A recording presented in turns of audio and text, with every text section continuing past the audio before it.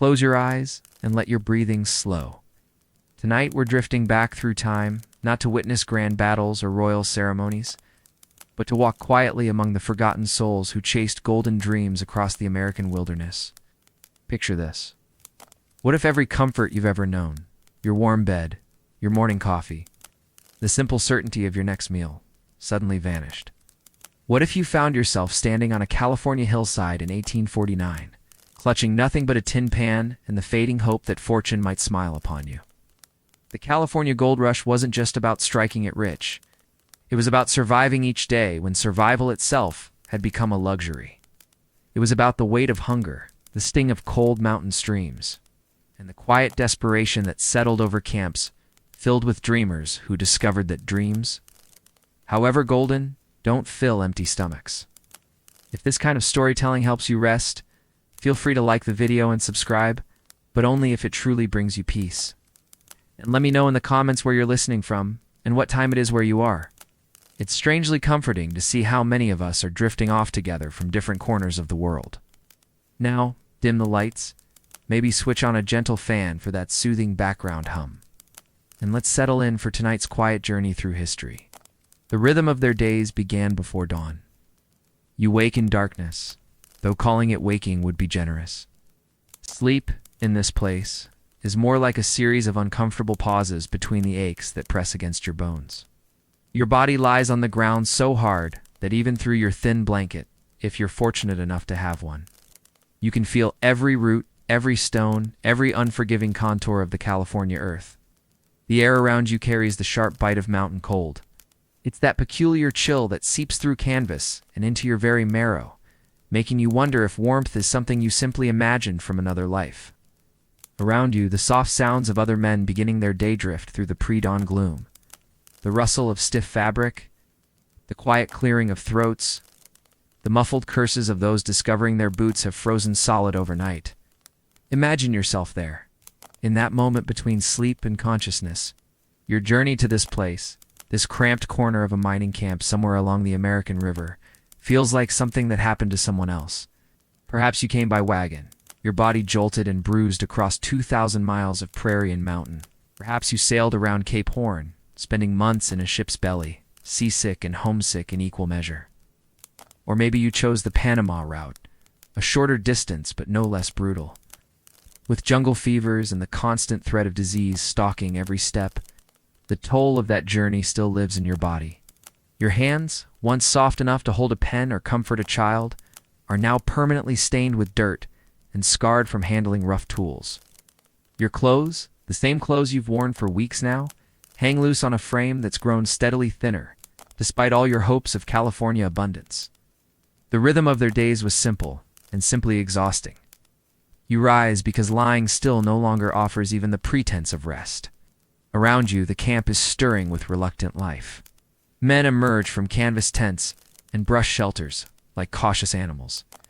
Squinting against the growing light, their breath visible in small white puffs that dissipate quickly in the thin air. Breakfast, if you can call it that, consists of whatever remains from yesterday's meager provisions. Perhaps beans, cooked over a smoky fire until they're tender enough to eat without breaking your teeth. Perhaps a piece of bread so stale it requires soaking in coffee, if coffee is available, to become edible. If fortune has smiled recently, there might be a strip of bacon, salt and fat offering a brief respite from the endless monotony of survival rations. But more often, breakfast is hunger dressed up as hope. You tell yourself that today will be different, that today the pan will fill with gold and all these hardships will transform into mere memories. You tell yourself this because the alternative, accepting that this suffering might be endless, is a thought too heavy to carry into another day of backbreaking labor. A quiet struggle, repeated endlessly. The walk to your claim begins while the world still holds the gray softness of early morning. Carry your tools, pan, pick, shovel, implements that have become extensions of your body, though they offer no comfort in their familiarity. The weight of them pulls at shoulders already sore from yesterday's work, and the work before that, and all the uncounted days of work stretching back to when you first believed California might offer something more than subsistence.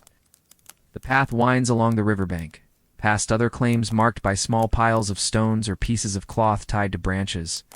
Each marker represents another dreamer, another man who left everything behind for the promise of wealth lying loose in mountain streams. You pass them without conversation, partly from fatigue, partly from the wariness that has settled over all of you. In a place where fortune can change hands as quickly as a pan can be stolen, trust becomes a luxury few can afford. Imagine yourself bending to the water's edge. The stream runs cold and fast, fed by snowmelt from peaks that seem impossibly distant and clean compared to the muddy chaos of the mining camps. You wade in carefully, feeling the shock of cold water seeping through worn boots. Soaking through socks that have been mended so many times they're more thread than fabric. The work begins with a familiar ritual. Scoop gravel and sand into your pan. Add water. Swirl with a motion that looks simple but requires a precision learned through countless repetitions. The heavier materials, including, if you're fortunate, flakes or nuggets of gold, settle to the bottom while the lighter dirt and debris wash away with the current. Crouch, swirl, examine, discard, repeat. Your back aches within the first hour, a deep throb that spreads from your spine into your hips and down your legs. Your hands, already raw from previous days, develop new blisters that break and bleed, making every grip on the pan's rough edges a small test of endurance. The cold water numbs your fingers until you can barely feel the pan's weight. Yet somehow, you must maintain the delicate motion necessary to separate precious metal from worthless stone. The sun climbs, and the world transforms. As morning progresses into day, the California sun begins its relentless work. What started as welcome warmth on your cold, stiffened muscles soon becomes an oppressive weight pressing down from a cloudless sky. The glare off the water forces you to squint until your temples throb. Sweat runs down your face, mixing with the ever-present dust until your skin feels coated in grime that no amount of stream water seems able to wash away. The riverbank grows crowded as other miners take up their positions along the water. The air fills with the sounds of their labor, the scrape of metal against stone, the splash of water, the occasional grunt of effort or sharp intake of breath when someone thinks they've spotted something valuable. But mostly, the sound is of flowing water and the rhythmic, almost hypnotic repetition of panning. A sound that begins to feel less like work and more like a strange form of prayer. Your world shrinks to the size of a pan. Hours pass, marked not by clocks, but by the changing angle of sunlight on water and the deepening ache in your joints. Your universe has contracted to the diameter of your pan, to the careful examination of each handful of gravel, to the hope that this scoop, or the next, or the one after that, might finally contain the gold that will justify all this suffering. But the pans come up empty, again and again and again. Sometimes there's a glint that makes your heart leap, only to discover it's fool's gold, pyrite that gleams like treasure, but crumbles like disappointment between your fingers. Sometimes there are tiny flakes, barely visible, that might represent a few cents if you can collect enough of them over the course of a week. But the substantial finds, the nuggets that feature in newspaper stories back east, remain stubbornly absent from your corner of the American River. Imagine the weight of that repetition. By midday, your movements have taken on the mechanical quality of a mill wheel turning in an endless circle. Scoop, swirl, examine, discard. The motions continue even when your mind begins to wander, drifting to memories of the life you left behind. Perhaps a wife's gentle voice calling you to supper. Perhaps children's laughter echoing through rooms that seem impossibly distant now, impossibly clean and warm and safe. But these memories, once comforting, now carry a sharp edge. Each recollection reminds you of what you've sacrificed for this gamble. And as the empty pans accumulate, the weight of that sacrifice grows heavier than any tool you carry. The sun reaches its peak, transforming the riverbank into a furnace of reflected heat and glare. Some miners retreat to whatever shade they can find, but you cannot afford to rest. Every minute away from the pan is a minute when someone else might claim the gold that should have been yours. So you continue, squinting against the brightness, feeling the sun burn the back of your neck and the tops of your ears, until they re-tender to the touch. The afternoon stretches like a punishment. Your body begins to rebel in small ways.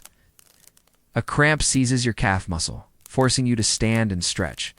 Precious time lost while the pain slowly releases its grip.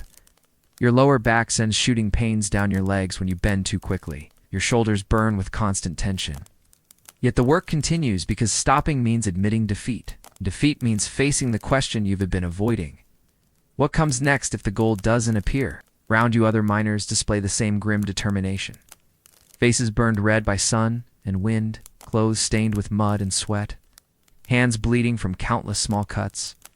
You're all members of an unspoken brotherhood, united by shared suffering and shared hope. Occasionally, someone strikes a small find, and word spreads quickly along the riverbank. Men gather around to see, to congratulate, to feel a momentary surge of renewed optimism. But these moments are brief flashes of light in what has become a long, grinding darkness of repetitive labor. Food becomes both obsession and disappointment. By mid-afternoon, hunger begins to gnaw at your stomach with increasing insistence. But food in the mining camps exists in a realm somewhere between luxury and impossibility. A dozen eggs might cost what you once earned in a day back home. A loaf of bread commands prices that would have seemed absurd in any reasonable world. Fresh meat is so expensive that most miners live on a monotonous diet of beans, hardtack, and whatever game they might occasionally catch or trade for. The merchants who sell these necessities operate from rough wooden shops or even simpler canvas-covered stalls. Their prices seemingly determined by desperation rather than any recognizable economic logic. They know that hungry men will pay almost anything for food, and so they charge accordingly. A simple meal that would have cost pennies back east now costs dollars. Dollars that most miners don't have. Dollars that represent weeks of fruitless panning. Your thoughts turn to the evening ahead. As the sun begins its descent toward the western mountains, your mind starts to anticipate the end of this day's labor. But even that anticipation carries its own weight of dread. Evening means returning to camp with empty pockets and an emptier stomach. It means facing another night of inadequate shelter and insufficient rest. It means calculating whether your remaining supplies will last another day, another week, or if the time has come to admit defeat and begin the long journey home. The other miners around you begin to show signs of the same mental calculation. Shoulders sag a little more. The mechanical motions of panning slow slightly. Conversations, when they occur at all, carry undertones of discouragement that no amount of false optimism can completely mask. The river grows cold as shadows lengthen. The mountain air begins to cool as the sun disappears behind the peaks. But the cold feels different now. Not the sharp, clean cold of morning, but something deeper and more penetrating. Your wet clothes cling to your body, drawing heat from your core. Your feet, which have been numb for hours, begin to ache with a deep, throbbing pain that speaks of too many days standing in cold water. You make the decision to pack up for the day. Not because you want to stop, but because your body has reached the limits of what it can endure. Your hands shake slightly as you gather your tools, partly from cold, partly from exhaustion, partly from the low blood sugar that comes from working all day on insufficient food. The walk back to camp is a meditation on endurance. The path that seemed manageable this morning now feels endless. Each step requires conscious effort. Your tools, which didn't seem heavy at dawn, now feel like they're made of lead. Other miners make the same trudge alongside you. A procession of exhausted men moving through the gathering darkness, like spirits returning to some purgatorial rest. The mining camp reveals itself gradually as you approach, points of firelight flickering in the distance. The smell of wood smoke mixing with less pleasant odors, the sound of voices carrying across the still air. Some camps maintain a semblance of community, with men gathering around shared fires to cook their meager meals and share whatever news or rumors might have emerged during the day. Others are collections of isolated individuals, each man focused solely on his own survival, too weary or too wary to seek human connection. The evening meal is both sustenance and defeat. Cooking over an open fire with the simplest of implements, you prepare whatever food you can afford. Beans perhaps, flavored with a small piece of salt pork. If you've been fortunate in your recent trading, the meal cooks slowly, giving you time to sit and feel the full weight of the day as exhaustion settling into your bones. Round the fire, if there are others sharing the space, conversation tends toward the day's small victories and large disappointments. Someone found a few flakes of gold. Someone else's tools broke and need repair. Another man received a letter from home filled with questions about when he might return, questions that become harder to answer with each passing week of empty pans. But often the evening passes in relative silence. Men too tired for conversation, too discouraged for optimism, too proud to admit their growing despair. They eat their simple meals and stare into the fire, each lost in his own thoughts. His own calculations of whether tomorrow might bring the change that today failed to deliver. Sleep comes reluctantly. When it's time to rest, you arrange your few belongings as best you can for another night on the hard ground. Your blanket, if you have one, provides more psychological comfort than physical warmth. The sounds of the camp settle into the familiar nighttime chorus, the crackle of dying fires, the occasional cough or snore from nearby shelters, the distant sound of the river that has become both your hope and your torment. But sleep, when it finally comes, brings little peace. Your body aches in ways that seem to penetrate deeper each night. Your dreams, when they come at all, tend toward anxious repetitions of the day's labor. Endless panning that yields nothing, or sudden discoveries of gold that vanish upon waking. More often, sleep is fitful and interrupted, broken by cold, by discomfort, by the growing fear that tomorrow will bring only more of the same grinding, fruitless repetition.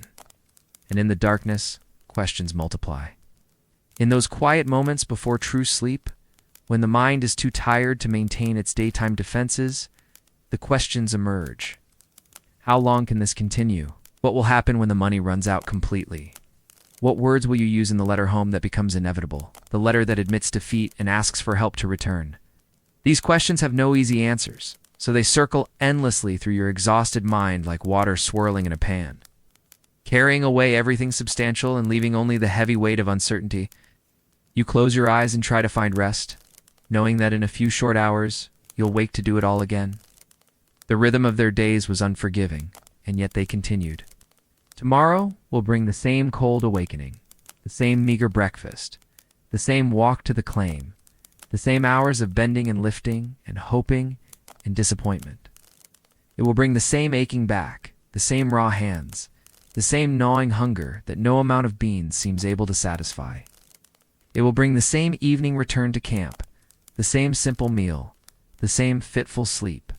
And yet, despite everything, despite the pain and the hunger and the growing certainty that fortune will not smile upon them, they continue. Because somewhere in the back of each weary mind lives the persistent whisper that tomorrow might be different, that the next pan might finally contain the gold that justifies all this suffering, that California might yet keep the promise that brought them so far from home. A quiet struggle repeated endlessly, sustained by hope that grows thinner with each passing day. As the sun fades over the mining camps, let's shift our attention to another kind of dreamer. While you've bent over cold streams with aching back and bleeding hands, another man walked the muddy streets of San Francisco with different dreams stirring in his mind. His name was Levi Strauss, and though he would become forever linked to the California goldfields, he never once lifted a pan to sift through mountain gravel. Instead, he discovered something perhaps more valuable than gold itself. He learned to recognize what desperate people truly needed. Imagine yourself now in a different skin, carrying different hopes. Picture a young man stepping off a ship in San Francisco Bay in 1853. The salt air mixing with the smoke of 1,000 fires burning throughout a city that seemed to rebuild itself daily. Levi Strauss was 24 years old, carrying little more than samples of dry goods and the quiet determination of someone who had already crossed one ocean to escape the limitations of his birthplace. Bavaria had been home. But Bavaria offered little to a young Jewish man with ambitions beyond the narrow streets of Buttenheim. His brothers had already established themselves in New York, building a modest business selling cloth and sundries to immigrants like themselves. But Levi's eyes turned westward, drawn by the same golden rumors that pulled men across continents. Though his vision differed from those who dreamed of nuggets gleaming in riverbeds, the rhythm of his early days was measured not in panfuls, but in careful observations. San Francisco in 1853 was a city drunk on possibility and dizzy with chaos. Buildings rose and burned and rose again in cycles that seemed to follow no logic beyond the immediate needs of tens of thousands of men who had abandoned their former lives. 4. California dreams. The streets churned with mud in winter and choked with dust in summer, filled with a mixture of languages and accents that created a constant hum of human ambition and desperation. Levi rented space for his dry goods, watching and listening as miners came to town to resupply between their expeditions to the gold fields. He heard their complaints, not the grand grievances of men who had struck it rich and lost it again, but the small, persistent problems that made their daily lives more difficult than they needed to be. Listen to the quiet details that would change everything. "These pants won't last a week in the diggings," one customer muttered, examining a pair of cotton trousers. "The pockets tear right off when you fill them with rocks and tools." Another complained about canvas that wasn't quite right for tents, but seemed too sturdy for anything else. Too heavy for clothes, too light for shelter. What's a man supposed to do with material like this? These fragments of conversation settled in Levi's mind like sediment in a miner's pan. While other merchants focused on moving inventory quickly, he began to think about adaptation. It's about solving the small problems that multiplied into large frustrations over the course of long days and harsh conditions.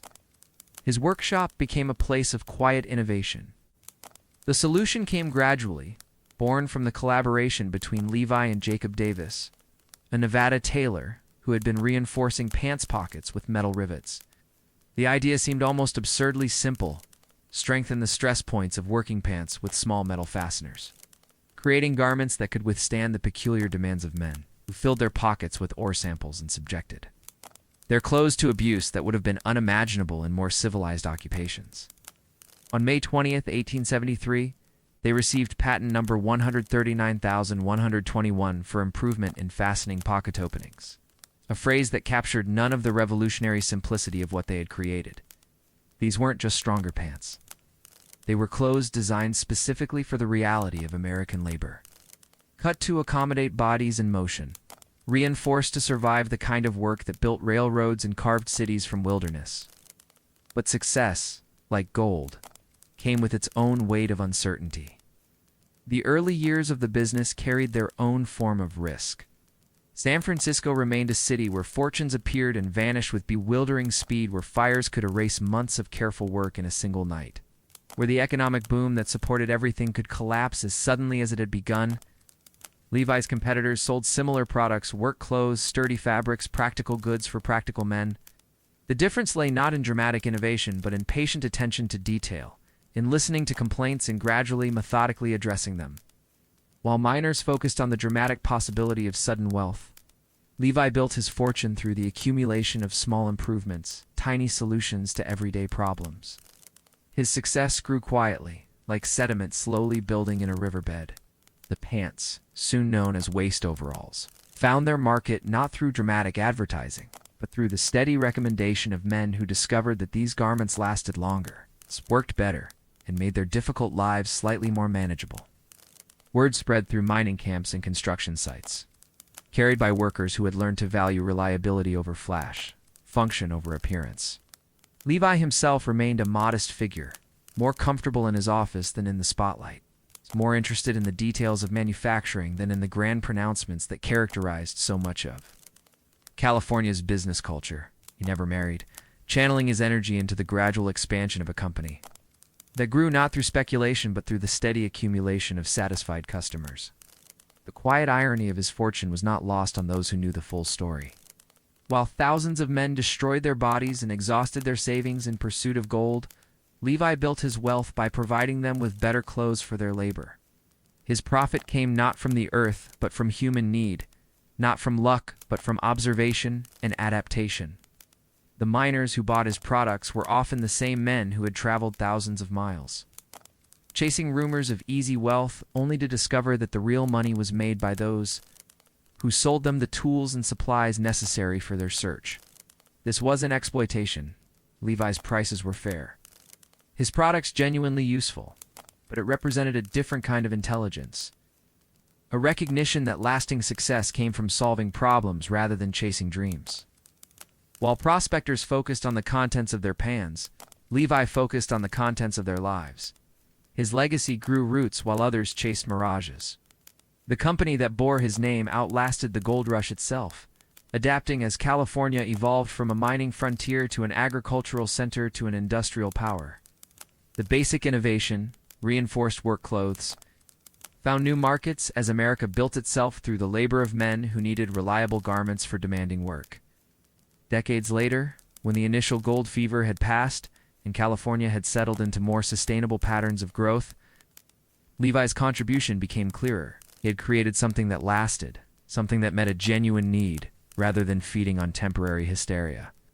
His success was built on the solid foundation of utility, rather than the shifting sands of speculation. Consider the different paths to prosperity.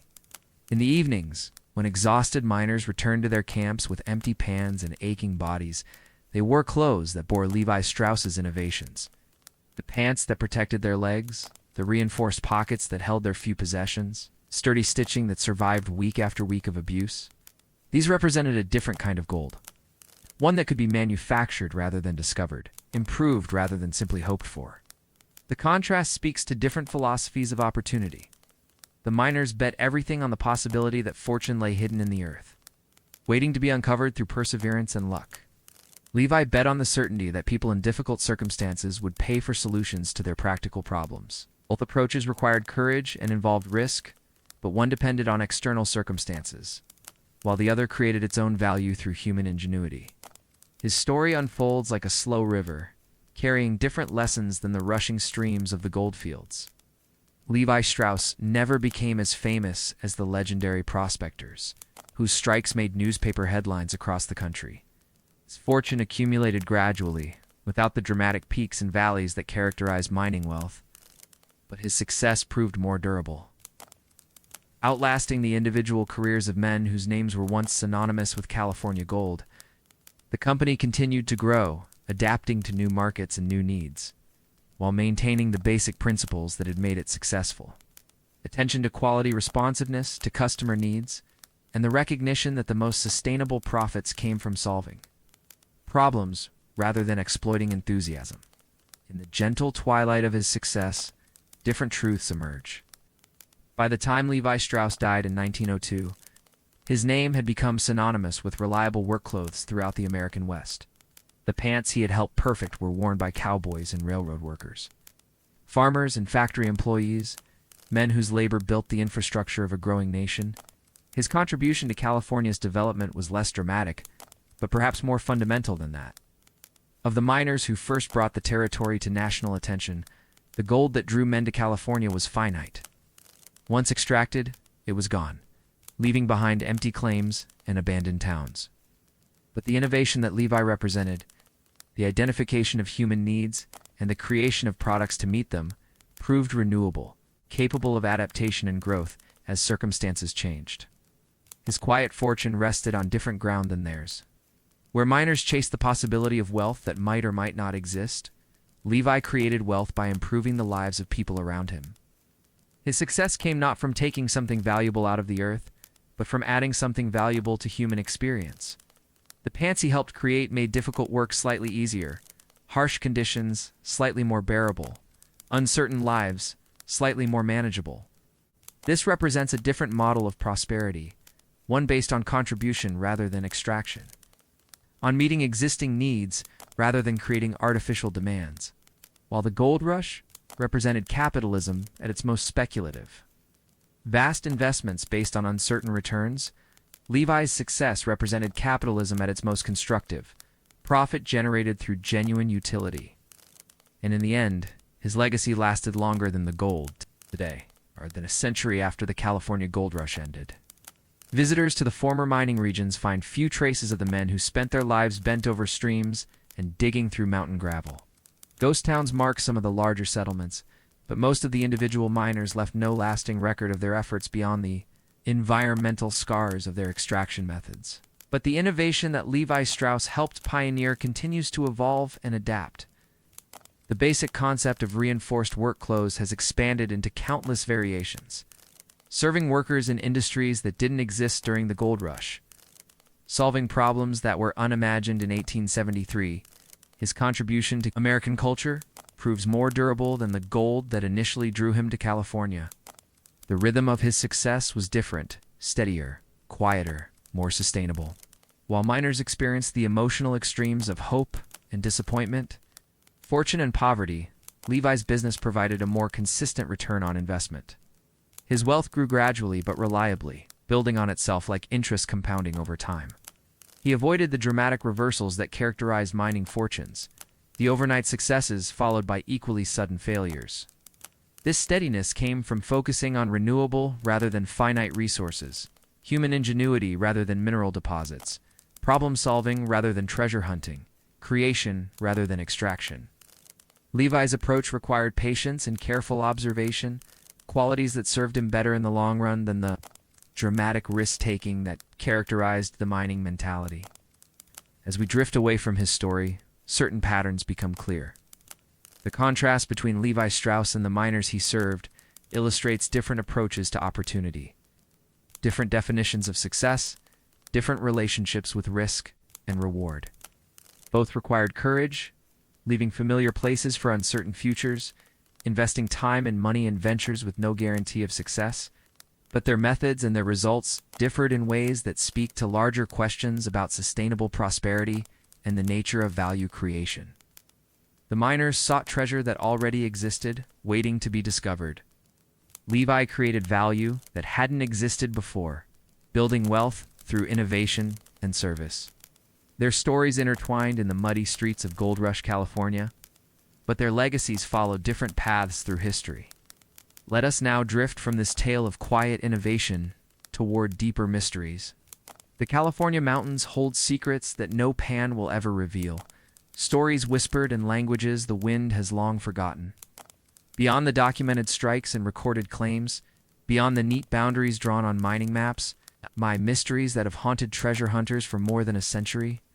Tales of gold so abundant it defied belief, of fortunes discovered and lost again, of riches that exist somewhere in the space between memory and myth. Imagine yourself walking through ghost towns where silence has weight. The abandoned camps scattered throughout the Sierra Nevada offer their own quiet testimony to dreams that flickered and died.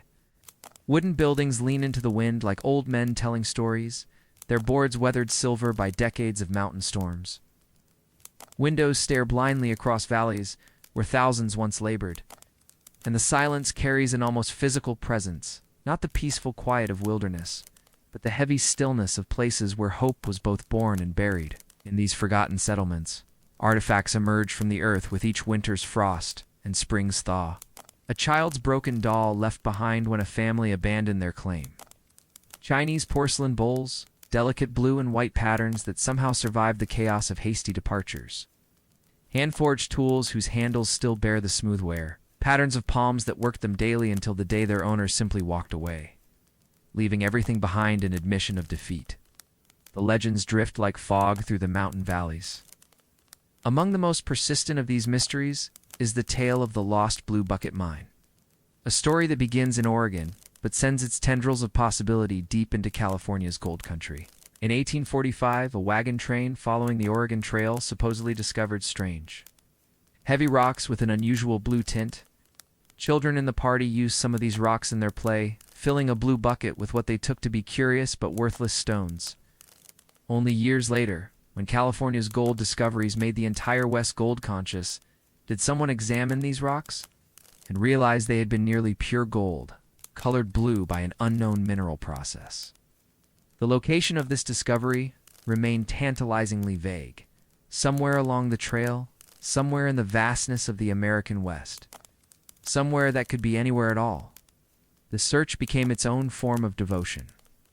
Treasure hunters spent decades trying to reconstruct the route of that original wagon train, following fragmentary clues and conflicting memories through landscapes that seemed to shift and change with each telling of the tale. Some claimed the mine lay in Oregon, others insisted it must be in Nevada. But many believed the blue-tinted gold waited somewhere in the remote reaches of Northern California, hidden in canyons too steep for casual exploration. The search took on an almost religious quality among certain believers. They pored over old maps and journal entries, interviewed elderly survivors of early wagon trains, and spent their savings on expeditions into country so remote that rescue would be impossible if something went wrong. Some never returned from these searches, adding their own mysteries to the collection of unsolved disappearances that accumulate around legendary lost mines. Other tales whisper from different corners of the gold country. The Spanish, who controlled California before the American conquest, left their own collection of treasure stories. Priests supposedly buried church gold to protect it from raiders. marking the locations with symbols carved into rocks or scratched onto metal plates that time and weather have since made illegible. Wealthy families fleeing political upheavals allegedly concealed fortunes in remote locations, taking the secret of their hiding places to graves now themselves lost to time. These Spanish treasures carry different qualities than the American mining stories, where gold rush legends focus on discoveries made and lost through carelessness or bad luck. The Spanish tales involve deliberate concealment, careful planning, undone by death or disaster. The gold waits not in streams or veins, but in buried chests and hidden vaults, protected by codes and symbols that may no longer have living interpreters. The mountains themselves became repositories of mystery. Each canyon, each isolated valley, each cluster of ancient oak trees carries the potential for hidden wealth. Metal detectors in modern times have uncovered enough genuine artifacts, Spanish coins, nuggets of unusual size, worked gold objects of uncertain origin to keep the legends alive and the search is active. Every discovery raises more questions than it answers, adding new pieces to puzzles that may never be complete. The landscape itself participates in these mysteries. Earthquakes shift the positions of landmarks that might have marked treasure locations. Floods scour away surface features that could have provided crucial clues. Forests grow over sites that were once open ground, while erosion reveals new areas that were once hidden beneath soil and vegetation. Drifting deeper into the archaeology of dreams. The Chinese miners, often overlooked in mainstream gold rush histories, left behind their own collection of mysteries and cultural artifacts. Driven from the richest claims by discriminatory laws and violence, they worked areas that other miners had abandoned. Using techniques that emphasized patience and thoroughness over quick profits, their camps, built according to principles of feng shui and arranged to maintain connections with distant homeland customs, created their own geography of meaning within the larger chaos of the goldfields. Archaeologists working in former Chinese mining areas uncover artifacts that speak to lives lived simultaneously in two worlds: American mining tools alongside traditional Chinese cooking implements, California. Gold mixed with coins and jewelry that traveled across an ocean to maintain connections with families left behind. These discoveries reveal communities that existed parallel to the mainstream mining culture, following different rhythms, observing different customs, pursuing gold through different methods, quiet persistence of alternative techniques. Mexican miners brought their own technologies and traditions to California's gold fields. Methods developed through centuries of experience in their homelands, silver mines. The arrastra, a primitive but effective or crushing device powered by mules or water, left circular stone patterns that still mark locations throughout the mining regions. These installations represented patient, methodical approaches to gold extraction, designed to process large quantities of low-grade, or rather than hunting for dramatic individual strikes. The contrast between techniques reveals different philosophies of resource extraction. Where American miners often focused on quick, high-impact methods, hydraulic mining that moved entire hillsides, shaft mining that drove deep into the earth, Mexican and Chinese approaches emphasized sustainability and thoroughness, extracting maximum value from marginal deposits through patient, careful work. Archaeological mysteries multiply in the silence. Modern researchers studying gold rush sites encounter puzzles that resist easy explanation. Caches of mining tools buried far from any known claims. Structures built with craftsmanship that seems inconsistent with the temporary nature of most mining camps. Artifacts that suggest trading relationships extending far beyond California's borders. Connections to commercial networks that encompass the entire Pacific Rim. Some of these mysteries may simply reflect the incomplete nature of historical records from a chaotic period, when few people had time or inclination to document their daily activities. Others might represent deliberate concealment, miners hiding their wealth from thieves, or their methods from competitors, or their very presence from authorities who might challenge their right to work specific claims. The gold itself holds secrets within its atomic structure.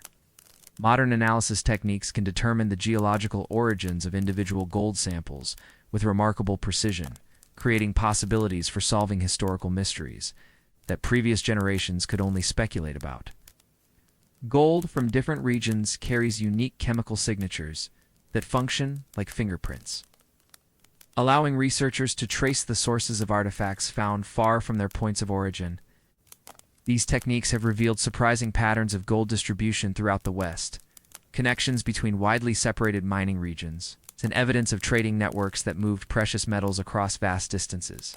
Some legendary lost mines may prove to have been real after all, their locations traceable through analysis of surviving samples that early miners carried away as souvenirs or proof of their discoveries. In the gathering darkness of mountain evenings, questions multiply. What treasures still lie hidden in remote canyons where only deer and mountain lions travel? How many fortunes were buried in moments of panic and never recovered because their owners died before they could return? What technologies and techniques did early miners develop, but never record, taking their innovations to unmarked graves? The California mountains continue to yield occasional surprises. Nuggets uncovered by winter storms, coins found by hikers in locations far from any recorded mining activity, artifacts that suggest human presence in areas supposedly never explored.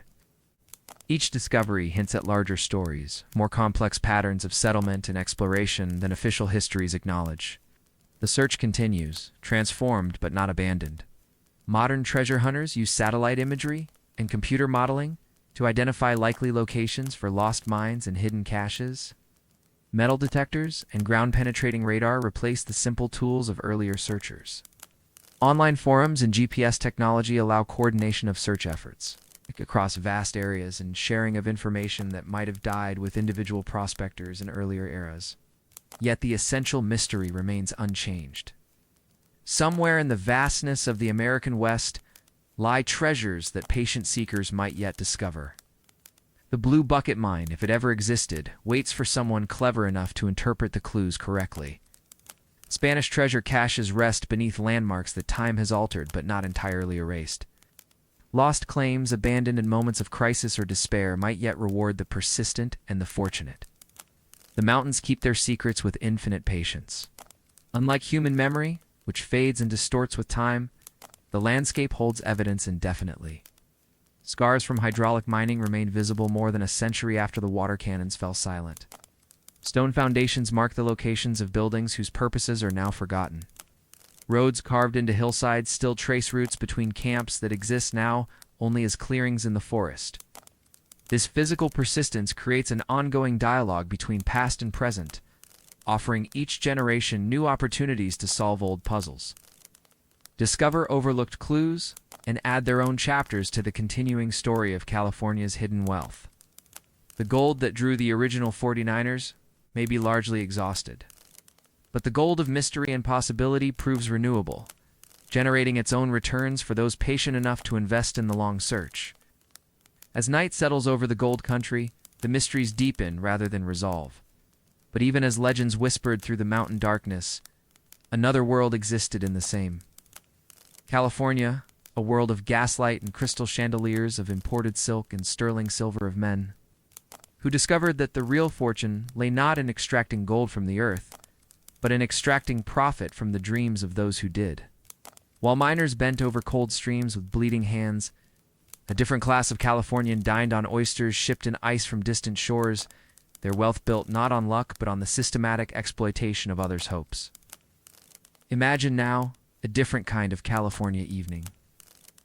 In San Francisco, as the fog rolled in from the Pacific, gas lamps flickered to life behind tall windows of mansions that rose like monuments to successful speculation. Inside these homes, men who had never touched a mining pan counted profits, measured not in ounces of gold, dust, but in thousands of dollars earned from the sale of supplies, the provision of credit, the ownership of the very land where desperate men searched for fortune. The contrast was stark enough to seem surreal. The same territory where miners subsisted on beans and stale bread, wealthy merchants hosted dinner parties featuring delicacies transported across oceans and continents. French champagne, English china, German crystal luxuries that spoke not of California abundance, but of the global networks of trade that funneled wealth upward from the muddy mining camps to the elegant.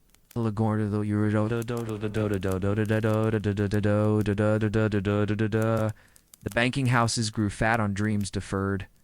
Wells Fargo and its competitors built their empires on the peculiar economics of hope and desperation. Miners who struck modest fines needed secure transportation for their gold, protection from the bandits and claim jumpers who haunted the mountain roads. Those who found nothing needed credit to continue their searches, loans secured against future discoveries that might never materialize. The bankers charged accordingly. Transport fees, storage costs, interest rates that would have been considered usurious in more stable economies. All justified by the risks of operating in a territory where fortunes appeared and vanished overnight.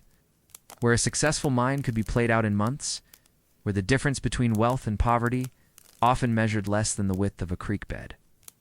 Their offices gleamed with polished wood and brass fittings. While miners slept on the ground and cooked over open fires, the financial elite of San Francisco worked in buildings designed to project permanence and stability. Marble floors, mahogany desks, leather-bound ledgers that recorded transactions involving more wealth than most miners would see in a lifetime. These details served both practical and psychological purposes, reassuring investors while intimidating borrowers. The daily routines of these men followed rhythms entirely different from those of the goldfields. Morning coffees served in bone china rather than tin cups. Newspapers bringing word from eastern financial markets rather than rumors of new strikes. Meetings in comfortable offices rather than negotiations conducted in muddy streets or canvas-walled saloons. The mining barons discovered that ownership trumped labor. Some of the greatest gold rush fortunes came not from individual prospecting, but from the systematic industrialization of gold extraction. Hydraulic mining operations required substantial capital investment. Water cannons, pressure systems, elaborate networks of flumes and sluices, but they could process vastly more material than any individual miner working with pan and shovel. These operations transformed the very landscape of the gold country, washing away entire hillsides and redirecting rivers to serve the mechanical needs of extraction. The environmental destruction was staggering. Forests stripped bare, topsoil scoured away. Streams choked with sediment that traveled hundreds of miles before settling in San Francisco Bay. But the profits were equally impressive, at least for those who owned the equipment rather than operating it. The social architecture of wealth took shape in drawing rooms and dining halls. San Francisco's elite established social institutions, designed to consolidate their position and exclude those whose wealth came from sources they considered less refined. Private clubs, exclusive societies, charitable organizations that served primarily to demonstrate the philanthropy of their members while reinforcing existing social boundaries. These gatherings followed elaborate protocols that distinguished the established wealthy from the newly rich, creating hierarchies based not just on financial success, but on the perceived respectability of its sources. A fortune built on banking or shipping carried more social weight than wealth derived from successful gambling or saloon ownership, even when the dollar amounts were identical. The wives of wealthy men created their own spheres of influence, while their husbands managed business empires. The wives of gold rush millionaires presided over social empires equally complex and demanding. Dinner parties that could make or break business deals, charity events that determined social standing, cultural institutions that brought Eastern sophistication to Western wealth. These women wielded power through different channels than their husbands, but their influence was real and substantial. A social slight from the right woman could damage business prospects. An invitation to the proper gathering could open doors to profitable partnerships. They created the cultural framework that transformed crude mining wealth into lasting social position. The machinery of inequality operated with mechanical precision. California's legal system, ostensibly designed to provide equal justice, functioned in practice to protect existing wealth while limiting opportunities for those without capital. Mining laws that favored large claims over small ones. Water rights that could be purchased by those with ready cash. Foreign miners' taxes that systematically excluded Chinese and Mexican competitors from the most profitable areas. These regulations created a legal landscape that channeled wealth upward as efficiently as any physical mining operation. Small operators found themselves gradually squeezed out by fees they couldn't afford, regulations they couldn't navigate, and competition from better-funded rivals who could absorb losses that would bankrupt individual miners. The transportation networks served wealth before they served need. The stagecoach lines and shipping companies that connected California to the rest of the world prioritized cargo based on its profitability rather than its importance to individual lives. Mail from home reached wealthy residents quickly and reliably, while letters to isolated mining camps might wait weeks for delivery. Luxury goods traveled swiftly to San Francisco's finest shops, while basic supplies to remote mining areas moved slowly and at premium prices. This transportation hierarchy reinforced economic stratification by making it easier for the wealthy to maintain their connections with distant markets and suppliers, while isolating those with less money in communities that lacked access to competitive prices or diverse goods. The political machinery aligned with economic interests. California's early political leaders were drawn predominantly from the merchant and banking classes rather than from the miners whose labor created the territory's wealth. These men crafted laws and policies that reflected their own interests and perspectives, creating a legal framework that favored capital over labor, established businesses over new ventures, and urban interests over rural ones. The miners scattered across hundreds of remote camps and focused on individual survival rather than collective action. Exercised little political influence despite their numbers. Their votes, when they could be organized at all, were often purchased or manipulated by political machines that served wealthy patrons rather than genuine democratic principles. Evening entertainments revealed the breadth of the cultural divide. While miners gathered around campfires to share simple meals and exchange rumors about promising claims, San Francisco's elite attended opera performances featuring singers imported from European capitals. Art exhibitions displaying works that had crossed oceans to reach California walls. Literary salons that discussed books written in languages most miners couldn't read. These cultural activities served multiple functions beyond entertainment. They demonstrated the sophistication and refinement of their participants, created opportunities for business networking disguised as social interaction, and established California's wealthy elite as equals to their counterparts in New York, London, or Paris. The servant economy created its own hidden hierarchies. The mansions and businesses of California's wealthy required armies of workers, cooks, gardeners, seamstresses, clerks, drivers who occupied an economic position somewhere between the destitution of unsuccessful miners and the prosperity of their employers. These workers often lived in boarding houses or servant quarters that provided basic comfort without luxury, earning steady wages that offered security without wealth. Many of these positions were filled by people who had initially come to California with dreams of mining fortune but discovered that reliable employment provided better prospects than speculative prospecting. They traded the possibility of dramatic wealth for the certainty of regular meals and secure shelter, a bargain that many found preferable to the grinding uncertainty of the goldfields. The cycles of boom and bust affected all levels of society but unequally when mining regions played out, or new strikes drew attention elsewhere. The economic disruption rippled through California's social structure in predictable patterns. Miners faced immediate destitution when their claims failed. While merchants might experience reduced profits but retained their accumulated wealth, the wealthy could weather economic downturns that destroyed middle-class families and drove working people into desperate poverty. These cycles created opportunities for those with capital to acquire assets at reduced prices. Mining claims abandoned by discouraged prospectors, businesses failed during temporary economic contractions, property sold by families forced to relocate in search of new opportunities. Each boom and bust cycle tended to concentrate wealth in fewer hands, while increasing the number of people dependent on wage labor for survival. The legacy of this inequality shaped California for generations. The social and economic patterns established during the gold rush period persisted long after the initial mining excitement subsided. Families that accumulated wealth during the 1850s used that capital to establish lasting business enterprises, buy valuable real estate, and secure educational opportunities for their children that perpetuated their advantages across generations. Meanwhile, the miners, who had created California's initial wealth, mostly disappeared into historical obscurity, leaving behind little beyond environmental scars and the occasional ghost town to mark their passage.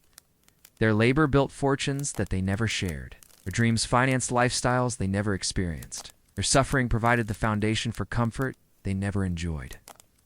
In the gentle darkness, patterns become visible that daylight obscures. The California Gold Rush represented capitalism in its rawest form, the systematic conversion of human hope and labor into private wealth, the transformation of shared natural resources into individual fortunes, the creation of social hierarchies based on control of economic machinery rather than contribution of actual work. The miners who bent over cold streams and dug into mountainsides provided the essential labor that created California's wealth.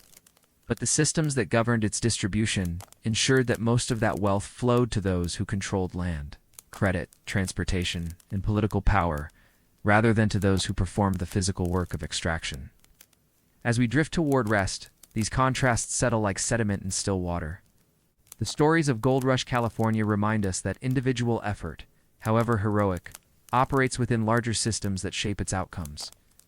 The miner's pan and the banker's ledger were both essential tools in the same economic process, but they served different functions and generated vastly different rewards for those who wielded them. Understanding these patterns helps explain not just the California of the 1850s, but the persistent dynamics of wealth and power that continue to shape our world. The specific technologies change, the locations shift, the personalities evolve, but the fundamental relationships between labor and capital, between hope and exploitation, between individual dreams and systemic realities, remain remarkably consistent across time and place.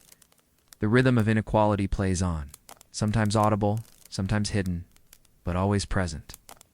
And so our quiet journey through the gold fields comes to its gentle end. We have walked together through the cold morning air of mining camps, felt the weight of empty pans and the ache of disappointed hopes. We have watched Levi Strauss build lasting success through patient attention to human needs, witnessed the birth of legends that still whisper through mountain valleys, and observed the stark contrast between those who labored in the streams and those who profited from their dreams in distant drawing rooms. Consider now the distance we have traveled, not in miles but in understanding.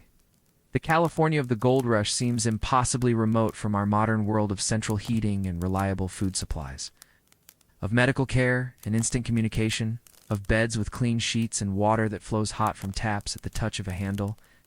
Yet the human hearts that beat in those mining camps carried the same hopes and fears that move us still, the longing for security, the dream of better days ahead, the quiet courage required simply to continue when circumstances offer little reason for optimism.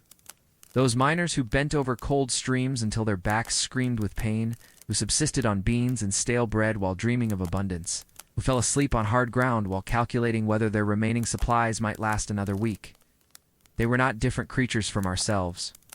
They were people who had made a calculated gamble that fortune might smile upon extraordinary effort, and who discovered that the universe distributes its rewards according to principles more complex than simple fairness or honest labor. The lessons drift like morning mist, soft but persistent. Their struggles remind us of the thin margin that separates comfort from hardship, security from desperation, hope from despair. The miner's experience speaks to the fundamental fragility of human circumstances, the way that fortune can shift like river currents, carrying away in moments what took months or years to accumulate. But their persistence also demonstrates something essential about human nature: the capacity to endure difficulty when sustained by purpose, to find meaning in struggle when connected to larger dreams, to maintain dignity even when circumstances strip away almost everything else. The miners who stayed with their claims despite empty pans and aching bodies embodied a kind of heroism that requires no dramatic gestures, only the quiet determination to continue when continuation itself demands extraordinary effort. Levi Strauss showed us different possibilities. His story illustrates that success can emerge from attention to others' needs rather than pursuit of personal fortune, from creating value rather than extracting it, from building sustainable enterprises rather than chasing speculative opportunities. His patient observation of miners' daily struggles led to innovations that outlasted the gold rush itself, demonstrating that the most durable wealth often comes from solving practical problems rather than discovering hidden treasure. Yet his success also depended on the miners' suffering. His profits grew from their discomfort. His innovations addressed problems created by their harsh circumstances. This relationship reminds us that individual success rarely occurs in isolation, that prosperity typically emerges from complex webs of interconnection in which one person's solution addresses another person's difficulty. The mysteries of the gold country speak to our enduring fascination with hidden possibilities. Those legends of lost mines and buried treasures represent more than simple stories about missing wealth. They embody our persistent belief that life holds undiscovered possibilities, that somewhere in the vastness of experience lie opportunities we have not yet recognized. treasures we have not yet claimed. The Blue Bucket Mine and its countless counterparts remind us that the world retains its capacity for surprise, that mysteries persist even in an age that seems to have mapped and measured everything.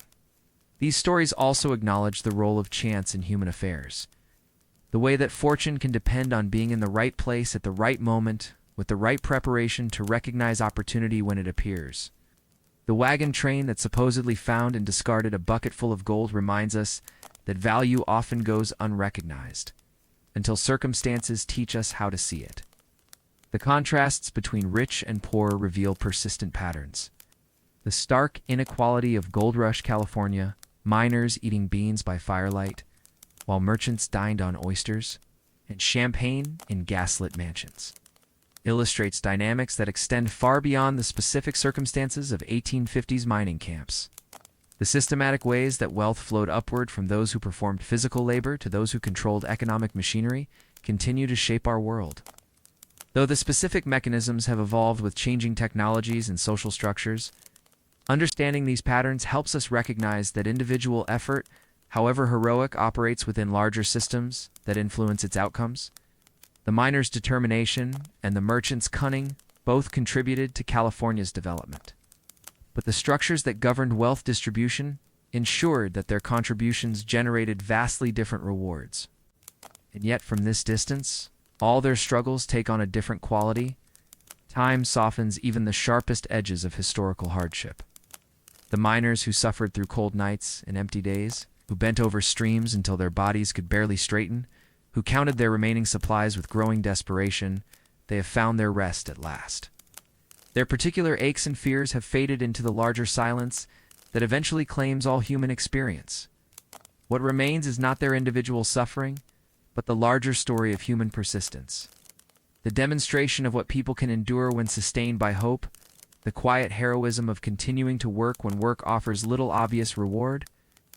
Their legacy lies not in the gold they found or failed to find, but in the example they provided of ordinary people attempting extraordinary things in pursuit of dreams that seemed worth any sacrifice. The California they created became something none of them quite imagined. The territory that drew them with promises of easy wealth evolved into a state known for innovation, creativity, and the persistent belief that reinvention remains always possible. The miners who sought gold in mountain streams helped establish cultural patterns that continue to attract dreamers and risk-takers from around the world. Though the specific dreams and risks have changed beyond recognition, Silicon Valley's entrepreneurs and Hollywood's storytellers, Napa Valley's vintners, and the state's countless other innovators all inherit something from those early miners: the willingness to gamble. Everything on uncertain possibilities, the belief that fortune favors not just the prepared but the persistent, the understanding that California rewards those brave enough to imagine different futures.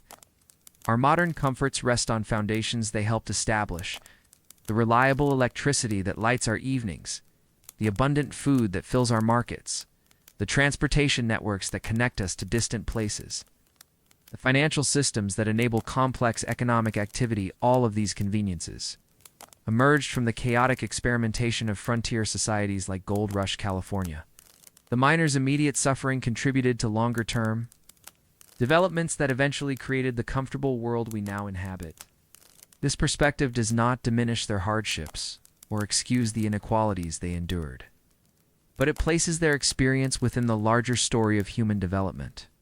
The gradual accumulation of knowledge and infrastructure that enables each generation to live with greater security and opportunity than the one before.